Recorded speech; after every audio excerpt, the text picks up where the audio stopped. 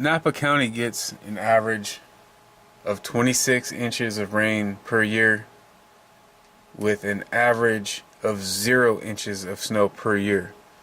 So this is pretty incredible. It was snowing pretty good up in St. Helena. This is me driving through Calistoga up into Middletown on Highway 29. Pretty good amount of snow. I've never seen this in my lifetime. I know it's just snow and people see snow all the time, but for us locals out here in the Napa Valley, Middletown area, this is really unusual, and it's pretty interesting to see. I mean, it's really beautiful and pretty surprising. So there it is.